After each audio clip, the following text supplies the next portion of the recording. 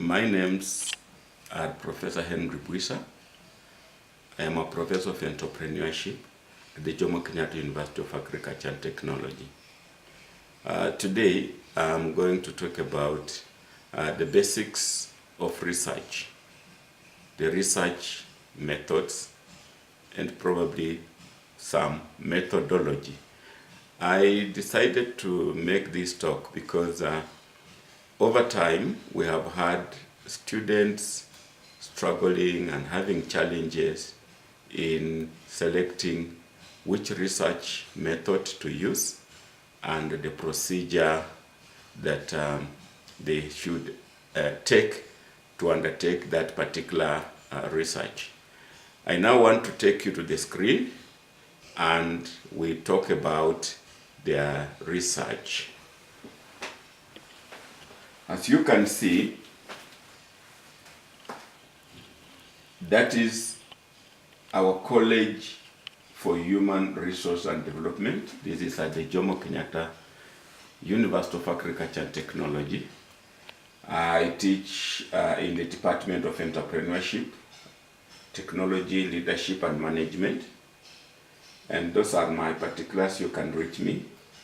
There's my email and even my website and my YouTube channel. I have a number of clips on my YouTube channel. Now, I want to say that all research starts with a research question, statement of the problem, and a literature overview, and of course, objectives, and then literature review. We have two major categories of research, qualitative research and quantitative research. And both qualitative research and quantitative research starts with what you are seeing on your screen. And then, having taken in consideration that quantitative research proceeds to set the normal testable hypothesis, a theoretical framework, and a conceptual framework based on variables, independent, dependent, call them what you want.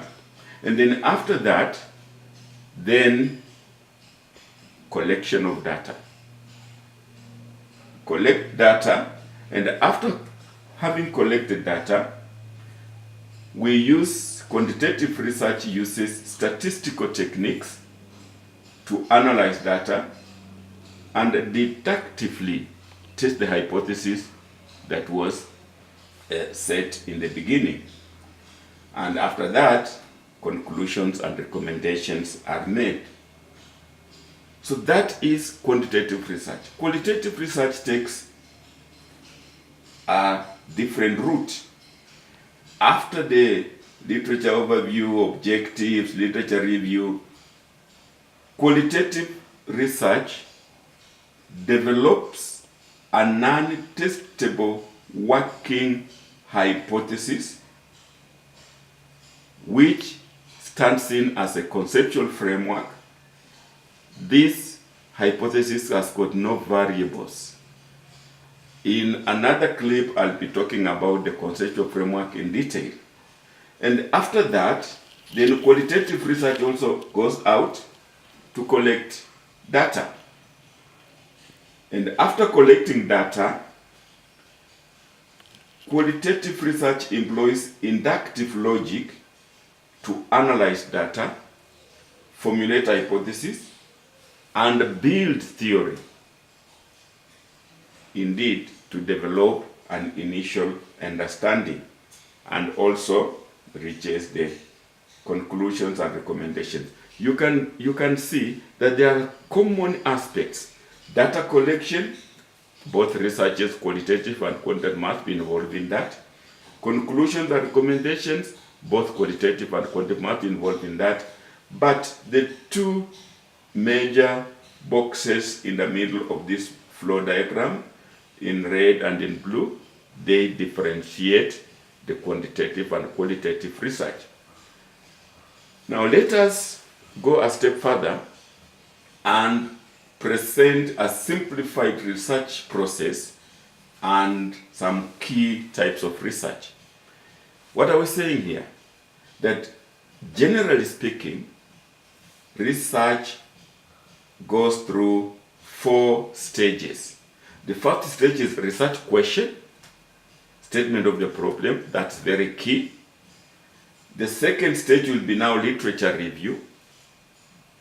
And literature review then goes into theory and hypothesis, or theoretical conceptual framework. And after we've done that, where we have now hypotheses set out, then we go out in terms of research and do the empirical study. Now those are the 4 stages or aspects of research in general. Now we have types of research. One is deductive research, which is causal, explanatory, quantitative, theory, and hypothesis testing, which are represented with the arrow, the blue arrow. Let's now go around the process of research in terms of quantitative research.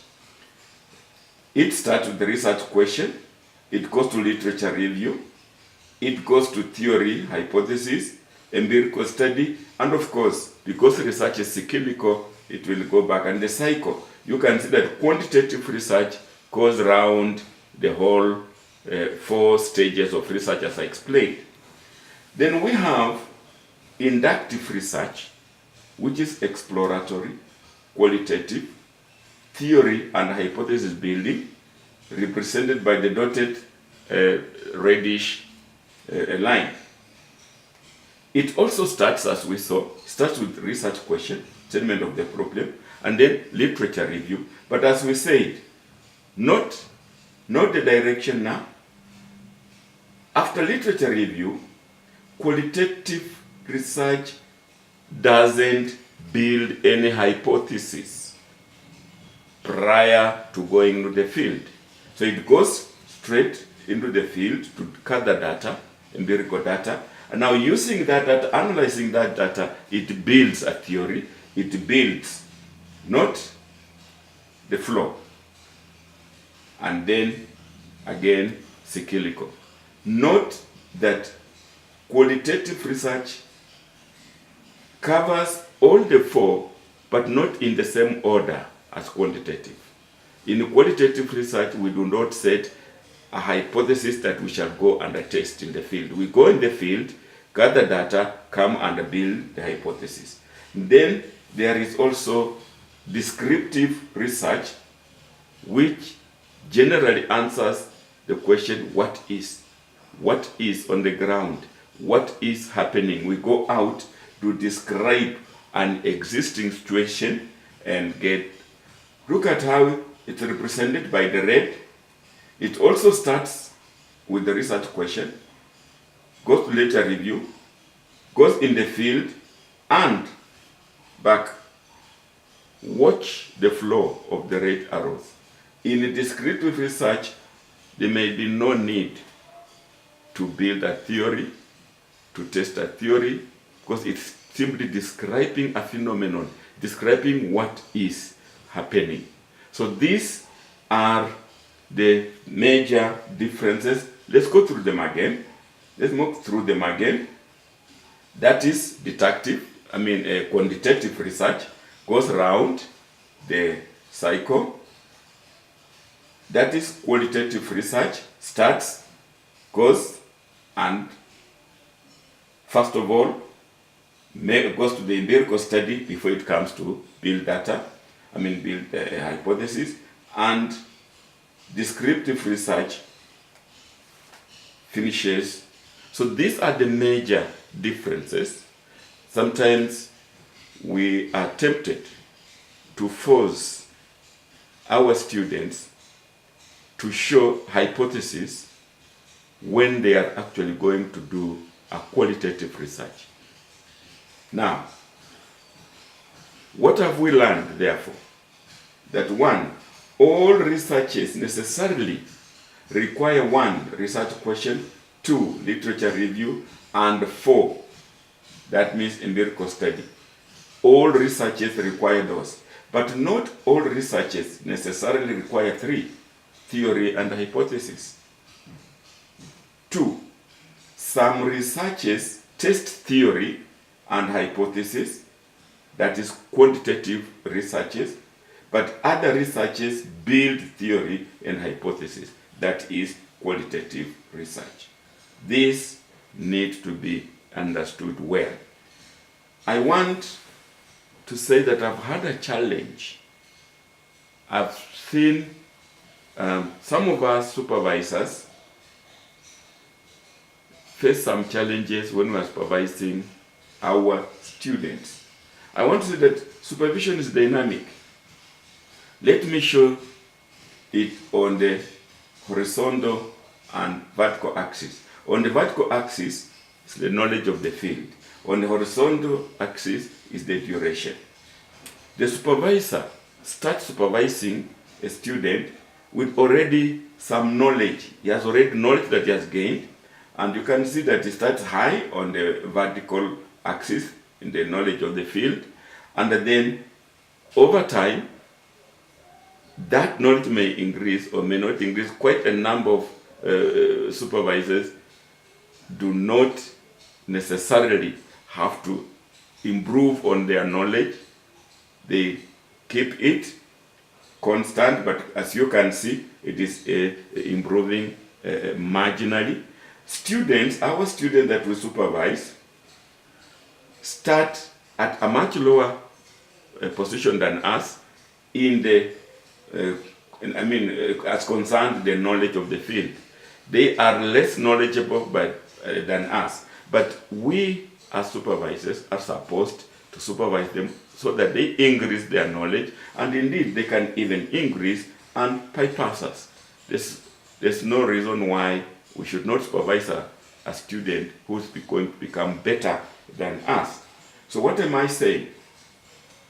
That some of us hold on to teacher-centered supervision for too long and treat our supervisees as students for too long. Supervision should make the student rapidly become the world's leading expert in the field, and students should build that confidence, and supervisor should know when to let go. Indeed, some of us, even after our students have graduated, we still look at them as students. This is the challenge that I wanted to share. I hope you enjoyed this. Asante sana. Thank you very much. You can reach me, bwihem@gmail.com. You can reach my 2 websites. You can visit my YouTube, Henry Bwisa. You can also call me. Thank you, and I hope we have shared well in this dispensation.